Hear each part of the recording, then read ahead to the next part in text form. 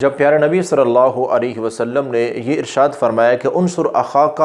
ظالما او مظلوما، فرمایا کہ ہمیشہ اپنے مسلمان بھائی کی مدد کرو چاہے وہ ظالم ہو یا مظلوم ہو، تو صحابہ کرام نے فوراً عرض کی کہ اللہ کے رسول صلی اللہ علیہ وسلم انصرہ اذا کان مظلوما،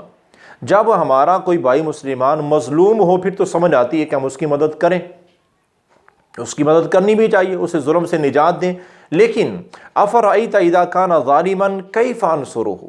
جب کوئی مسلمان کسی پر ظلم کر رہا ہے، وہ ظالم ہے، تو کیا پھر بھی اس کی مدد کرے؟ فرمایا ہاں، ظالم کی مسلمان ہو چاہے وہ ظالم ہو یا مظلوم ہو، اس کی مدد لازمی ہے۔ تو آپ نے فرمایا، جب صحابی رسول رضی اللہ عنہ نے عرض کی کہ اللہ کے رسول صلی اللہ علیہ وسلم کیسے مدد کرے ظالم کی، مظلوم کی تو سمجھ آتی ہے،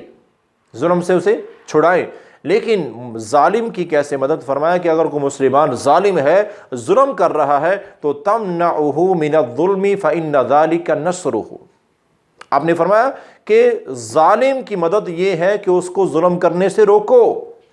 یہ اس کی مدد ہے،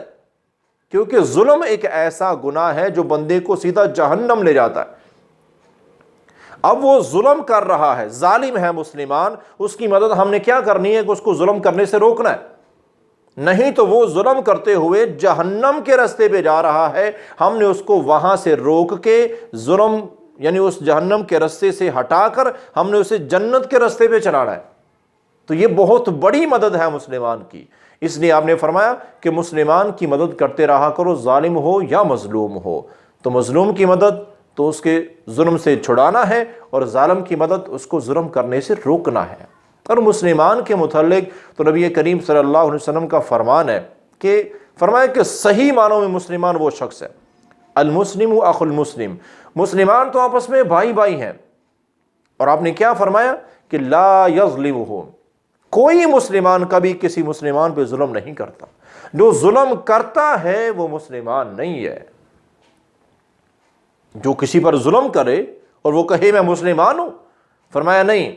مسلمان وہ ہے لا یظلمہ، جو کبھی ظلم نہیں کرتا، ولا یخذلہ، اور کبھی وہ کسی مسلمان کی بے عزتی نہیں کرتا۔ اب ہمارا حال یہ ہے کہ جہاں چار بندے بیٹھے ہوں اپنی واہ واہ کے لیے یا تھوڑا ہنسنے کے لیے، ہم کسی ایک کی بے عزتی کر رہے ہوتے ہیں اور دوسرے سارے کہہ کے لگا رہے ہوتے ہیں۔ اب جس کی بے عزتی ہو رہی ہے وہ بیچارہ شرمندہ ہو رہا ہوتا ہے، منہ چھپا رہا ہوتا ہے، ہم اس کے عیب اچھال رہے ہوتے ہیں، اس کی بے عزتی کر رہے ہوتے ہیں، اور وہ شرمندہ ہو رہا ہے، ہم کہہ کے لگا رہے ہیں۔ تو حقیقت میں ہم اپنے ایمان کی کمزوری خود بنا رہے ہیں۔ آپ نے کیا فرمایا کہ وہ بندہ مسلمان نہیں ہے، مسلمان تو وہ ہے جو دوسرے مسلمانوں کی عزت کرتا ہے، احترام کرتا ہے، اگر بڑے ہیں تو عزت کرو، اگر عمر میں چھوٹے ہیں تو ان سے پیار محبت اور شفقت کرو۔ کسی مسلمان کو بے عزت کرنا تو مسلمانی نہیں ہے۔ تو آپ نے فرمایا کہ لا یخذلہ، مومن مسلمان کبھی کسی مسلمان کو بے عزت نہیں کرتا، تو کسی کی بے عزتی کبھی نہ کرنا، نہ کسی کی بے عزتی پہ کہیں کہکا لگا دینا۔ اور تیسرے نمبر پر آپ نے فرمایا کہ صحیح معنوں میں مسلمان وہ ہوتا ہے کہ لا یحقرہ،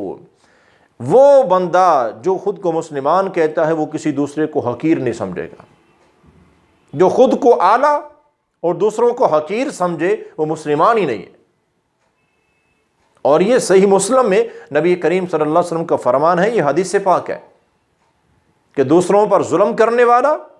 دوسروں کی بے عزتی کرنے والا اور دوسروں کو حقیر سمجھنے والا یہ مسلمان نہیں ہے۔ مسلمان وہ ہے جو اپنے مسلمان بھائی کی عزت کرتا ہے،